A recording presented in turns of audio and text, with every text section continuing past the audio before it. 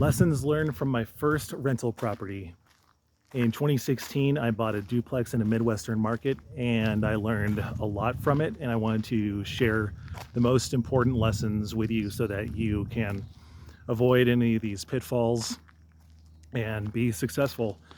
And the first one is that book learning must be accompanied by actions. And getting as much knowledge as you can before buying a property is important, but as the saying goes, you can't refinance a final exam. Book learning is theory, it's not the real thing, and it's easier to turn a car that's moving than one that's parked. And you have to be in motion to make progress, and you will make mistakes. So just be gracious and be patient with yourself, and look at everything as a lesson to be learned, as a learning experience. And most people will fail because they never start. They just never put in an offer.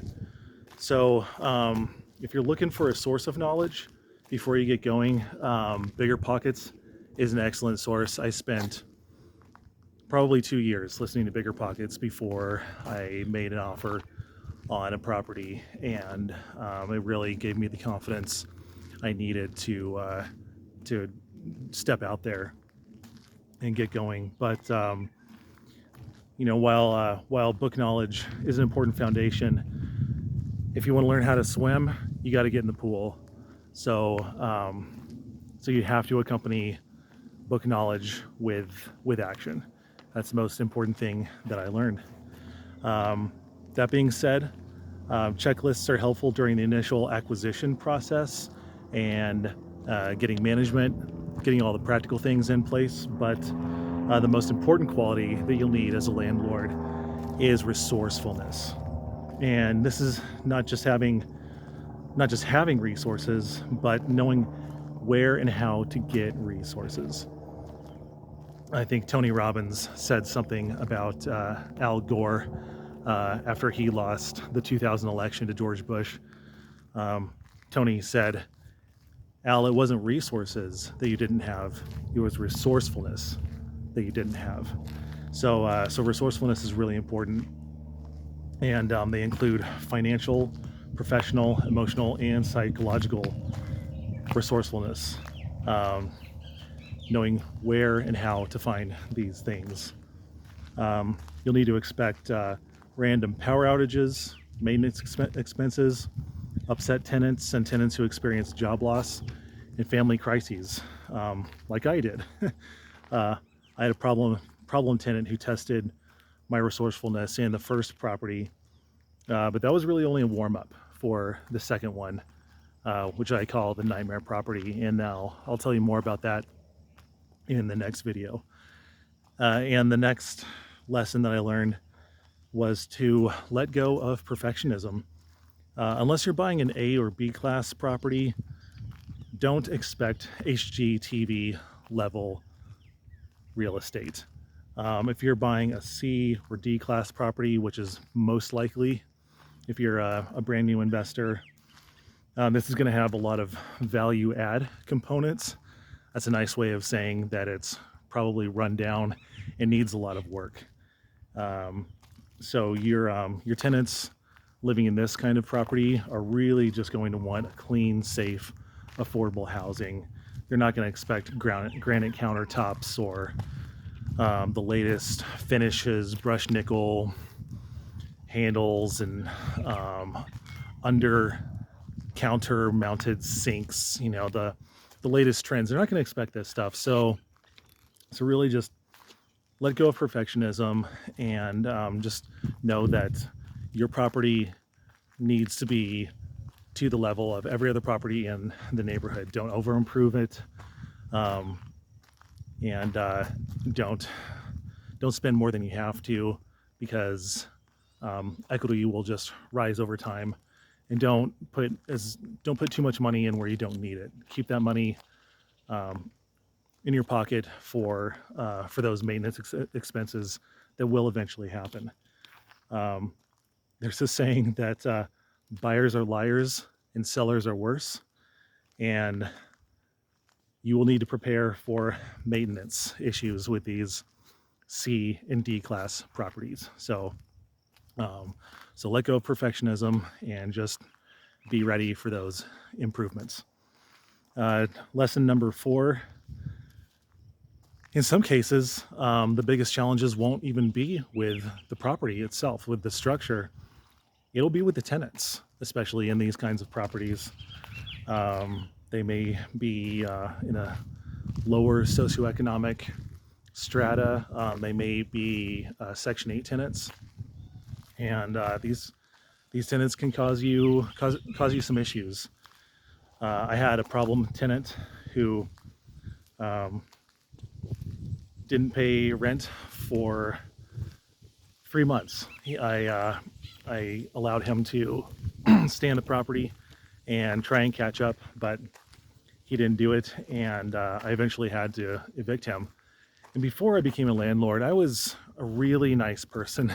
I was very compassionate. I really felt for people who fell upon hard times. I really advocated for the victim, and this worked against me for about 90 days in my first property, and my management really helped me through this situation, and they reminded me that this is a business and it has to make money, and they helped me to eventually evict my problem tenant, which was difficult for me to do. It pulled on my heartstrings, but not too much because I was losing money and I had a mortgage to pay. So if you're a person who's prone to compassion and sympathy, I'd say that's good.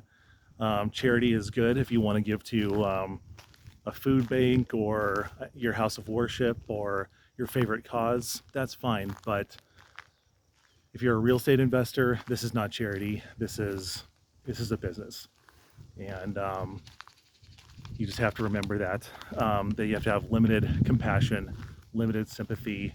You have to look at the person's lifestyle. You can go into the property with a 24-hour notice typically, and just look around and see what they're spending their money on. If they have a nice car outside and a really big TV inside, and they're not paying their rent, something is wrong. They're not respecting you as the person who's providing housing for them. They're not fulfilling their obligations and honoring the relationship. And you have to draw clear, firm boundaries with these kinds of people who don't appreciate what you're offering. So yeah, establishing tenant landlord boundaries would be the next lesson. Is not being too friendly with the people.